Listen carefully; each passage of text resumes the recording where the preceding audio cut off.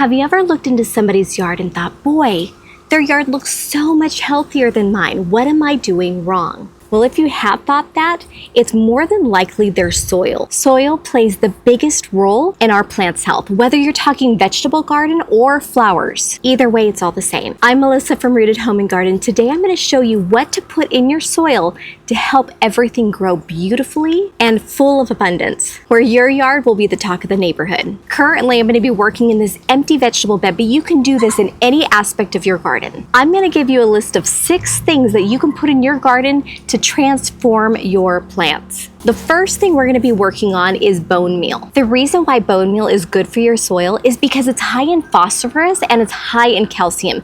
That's good for roots and it's good for blooms. Now here's the thing. Most people in our Central Valley area don't put in bone meal because we're so high in our pH. Bone meal usually works in areas with low pH. Well, we have high pH here in our valley. So why would I put this in my garden?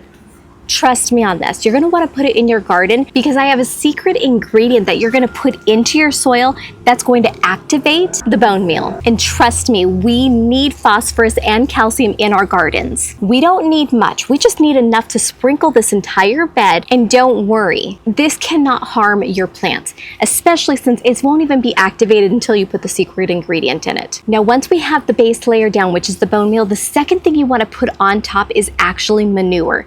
Not just straight manure. You want to make sure you get either composted manure or aged manure. Composted manure is actually best. Now in this 4x6 bed, we want to actually just spread it out, not too much, but just enough to activate the soil. We're going to put it all in here and spread it out. Now manure adds nitrogen into the soil. We want to make sure we don't put too much nitrogen into the soil because what it can do is make it so your leaves look absolutely beautiful and green, but you're not going to get a lot of fruit. And that includes flowers in that. So we want to make sure, yes, we get the nitrogen to make the leaves as green and beautiful as possible, but not too much where it takes away from the blooming or the fruit. Now, putting too much manure can actually burn your plants. What happens if you put too much and you start to notice that things are starting to burn? Well, Melissa, how can I tell if I put too much manure? That's a great question. What you're going to want to do is look for the nutrient deficiencies in your leaves. If your manure has too much ammonia in it, it will actually burn your plants. So you want to make sure that you used aged manure or composted manure. I prefer composted manure because that's really been through the process. Manure is not a quick fix. It's about being a soil builder. It also attracts earthworms and allows clay soil to break down if you have clay soil. On top of the bone meal, we're going to spread the manure out onto this flower bed. And that is our base layer. Now on top of the manure, we want to add vermiculite. Now this is key for our Central Valley. We're not going to add too much and it won't harm your plants whatsoever. This is a mineral that we're going to be putting in here, and what it's going to do is it's going to absorb any of the extra moisture and hold on to it just for a little bit, just so our plants get that little bit of extra tender care. We are so hot and dry in our valley that holding on to moisture is definitely key to keeping our plants healthy. We're not going to add much. We're just going to sprinkle a layer on top of the manure just to help. Now it's time to add the compost. Compost is decomposed organic matter. It is the life of the flower beds. You've got your food scraps, your leaves, your sticks, your waste, your paper.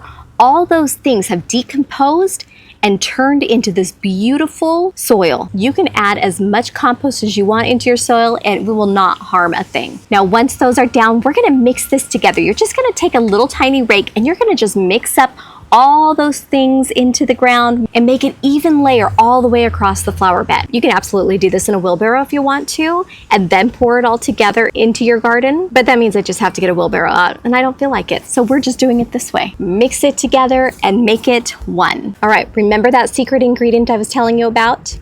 Now it's time for it. This is what's going to make your bone meal do its job. It's called earthworm casting. It is so healthy for your soil. It is a natural time-release fertilizer for your plants. Keeping it on top of your compost, instead of mixing it into the bed, allows it to filter through your soil to make your soil as healthy as possible. Adding compost and earthworm castings to your bone meal is going to allow it to release the phosphorus and the calcium to allow it to absorb into your plants. And trust me, your plants need the phosphorus and the calcium. Now, once we have all that down, we're going to add a layer of mulch, or what I have is actually pine needles from the cabin. Add a layer of something on top of that. That's going to help the earthworm castings not dry out, Plus, it's going to help retain moisture into this. Plus, it's also organic matter that's going to break down into your soil. So a win-win all the way around. Now, can I overdo it and burn my plants?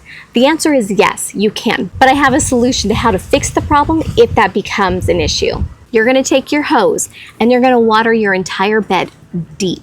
Like for 30 minutes deep, allow it to completely saturate the area. That's gonna dilute the soil. Then after that, you can add compost or mulch on top to neutralize the soil. If you're noticing burns on your leaves, you're noticing it's starting to turn yellow or it's starting to crumble up around the edges, getting really stiff, make sure you dispose of those, because you don't want the plant sending energy to try to fix those problems. You want the energy to go toward new growth. So removing those completely so that all the energy can be spent creating new healthy leaves will be just the ticket for you. Now, if you do have clay soil, don't use the vermiculite. Skip that completely. Already clay soil holds in so much moisture that you don't want to add moisture to an area where you don't need it. Adding vermiculite is going to help your soil hold on to not only just the moisture, but also the nutrients so your plants feed off of it more. All right, guys, good luck.